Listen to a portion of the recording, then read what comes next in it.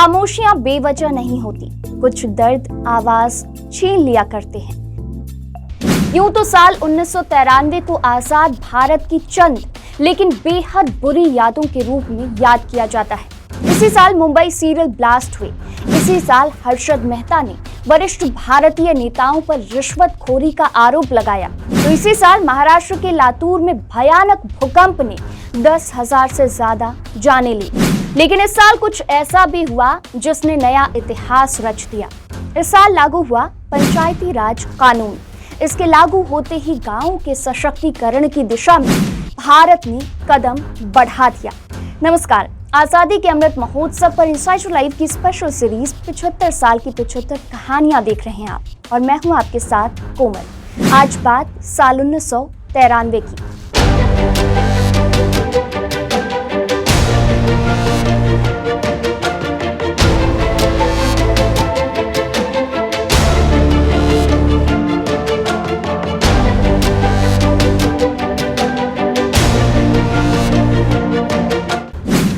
मार्च 1993 का वो black Friday, जब एक के बाद एक लगातार 12 धमाकों ने मुंबई शहर को दहला दिया था। ब्लैक फ्राइडे इसलिए क्योंकि दहशत का वो दिन शुक्रवार था। शहर में सिलसिलेवार धमाके हुए जिसमें 257 लोगों की मौत हो गई, जबकि 713 लोग घायल हुए थे। उस समय मुंबई बॉम्बे हुआ करता था। 2 घंटे 10 मिनट में हुए 12 धमाकों ने न सिर्फ बॉम्बे बल्कि पूरे देश को हिला कर रख दिया था। रोज की तरह मुंबई अपने तेज रफ्तार में आगे बढ़ रही थी। अचानक 12 मार्च 1993 के दोपहर 1:30 बजे स्टॉक एक्सचेंज की 28 मंजिला इमारत के बेसमेंट में पहला धमाका हुआ। 50 लोग मारे गए। अभी यहाँ की चीख पुकार थमी नहीं थी कि आधे घंटे बाद नरसीनाथ स्ट्रीट पर एक कार धमाका हुआ। अपराधियों ने सहार इंटरनेशनल एयरपोर्ट पर भी हैंड ग्रेनेड फेंके। अगले 2 घंटे से कम वक्त में ही सिलसिलेवार 12 धमाके हो चुके थे। मुंबई शहर ने ऐसा कत्लेआम फिल्मों में भी नहीं देखा था। जिन इलाकों में ये धमाके हुए उनमें Shiv Sena Bhavan, Air India building, rock hotel, plaza cinema, Juhu centaur hotel, Sahara हवाई अड्डा और एयर इंडिया ऑफिस जैसी जगह शामिल है। एयर इंडिया के ऑफिस पर जो धमाका हुआ उसमें 20 लोगों की जान गई, 87 जख्मी हुए। यह दुनिया भर में सीरियल बम विस्फोटों का पहला मामला था। करीब 27 करोड़ रुपए की संपत्ति को नुकसान पहुंचा।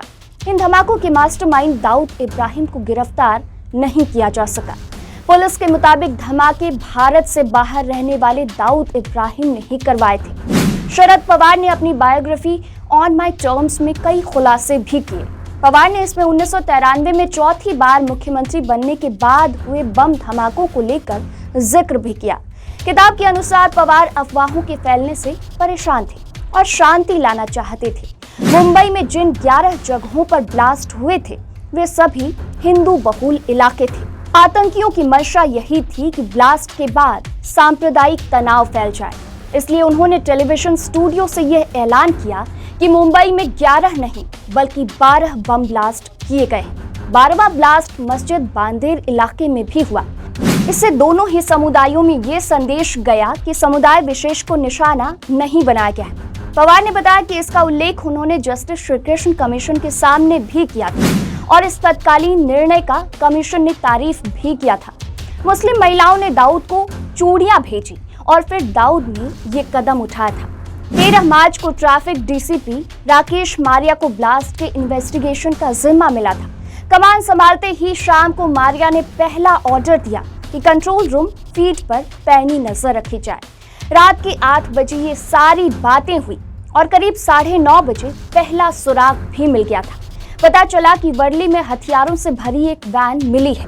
10:30 बजे तक पुलिस ने वैन को जब्त भी कर लिया। वैन में से 7 AK-56 assault rifle, 14 magazine, pistol और 4 हैंड ग्रेनेड मिले। पता चला कि वैन किसी रुबीना सुलेमान मेमन के नाम पर है, जिसका पता था माहीन की अल हुसैनी बिल्डिंग। मारिया ने अपने इन्फॉर्मर से पूछा कि इस अल हुसैनी बिल्डिंग के मेमन कौन है, तो जवाब मिला tiger Memon. Police tiger Memon के फ्लैट की तलाशी लेने पहुंची। टाइगर मेमन के फ्लैट से एक बजाज स्कूटर की चाबी मिली। टाइगर मेमन ने ही धमाके के लिए 23 लड़कों की टीम तैयार की थी। धमाके के बाद भारत छोड़कर नेपाल भाग जाने के लिए सभी को 5-5 हजार रुपए भी दिए गए। हमले के जिम्मेदार एक एक शख्स को पकड़कर भारत लाने की कोशिश शुरू हो गई और इसके लिए पुलिस की 162 लोगों की टीम तैयार की गई। देश के 21 राज्यों के 89 शहरों में सर्च अभियान चलाने के बाद ISI और सिमी का नाम सामने आया। राकेश मारिया की किताब लेट मी से नाउ के अनुसार 1992 के विवादित ढांचे ध्वंस के बाद मुंबई के कुछ मुस्लिम इसका बदला लेना चाहते थे, जिसके लिए दुबई में बैठे अंडरवर्ल्ड डॉन से मदद मांगी गई। पहले तो दाऊद ने साफ मना कर दिया, लेकिन कहा जाता है कि कुछ मुस्लिम महिलाओं ने दाऊद को चूड़ियां लानत के तौर पर भेजी। ये बात दाऊद को लग गई और उसने टाइगर मेमन और मोहम्मद दौसा के साथ मिलकर मुंबई को दहलाने की प्लानिंग रची। 4 नवंबर को 189 लोगों के खिलाफ 10,000 पन्ने की प्राथमिक चार्जशीट दर्ज हुई। 19 नवंबर को केस CBI को सौंपा गया। अप्रैल 1995 को मुंबई की टाडा अदालत में इस मामले की सुनवाई शुरू हुई। अगले 2 महीनों में आरोपियों के खिलाफ आरोप तय किए गए। 18 सितंबर 2002 को अबू सलेम को उसकी प्रेमिका मोनिका बेदी के साथ इंटरपोल ने लिस्बन, पुर्तगाल में गिरफ्तार किया। फरवरी 2004 में पुर्तगाल की एक अदालत ने उसका भारत में प्रत्यर्पण किए जाने को मंजूरी दे दी। सलेम की भूमिका के लिए मार्च 2006 को विशेष टाडा अदालत ने उसके और उसके सहयोगी रियाज सिद्दीकी के खिलाफ 8 आरोप दायर किए। उस पर हथियार बांटने का आरोप भी लगाया गया था। तभी से अबू सलेम को उच्च सुरक्षा के बीच मुंबई की आर्थर रोड जेल में रखा गया। 2006 सितंबर में कोर्ट ने इस मामले में फैसला सुनाना शुरू किया। 123 अभियुक्त में से 12 को निचली अदालत ने मौत की सजा सुनाई, जबकि 20 को उम्र कैद और 68 को उससे कम की सजा सुनाई गई। 23 लोग निर्दोष पाए गए। नवंबर 2006 में संजय दत्त को अवैध रूप से पिस्तौल और AK-56 राइफल रखने का दोषी पाया गया। संजय दत्त को गिरफ्तार किया गया था और उन्हें 18 महीने जेल में बिताने पड़े। मुंबई की अदालत ने जिन लोगों को धमाकों का दोषी पाया, उनमें से एक ही परिवार के 4 सदस्य भी शामिल थे। याकूब मेमन, यूसुफ मेमन, ईसा मेमन और रुबीना मेमन को साजिश और आतंकवाद को बढ़ावा देने का दोषी पाया गया। याकूब मेमन को 30 जुलाई 2015 को महाराष्ट्र के यरवडा जेल में फांसी दे दी गई। विशेष टाडा अदालत ने 16 जून 2017 को अबू सलीम, मुस्तफा दोसा, फिरोज अब्दुल राशिद खान, ताहिर मर्चेंट और करीमुल्लाह खान को धमाकों की साजिश का दोषी माना। वहीं अब्दुल्ला कयूम को सबूत के अभाव में बरी कर दिया गया।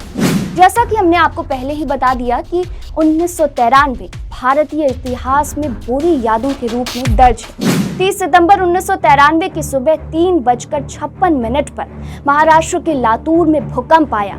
20,000 लोगों की मौत हुई थी।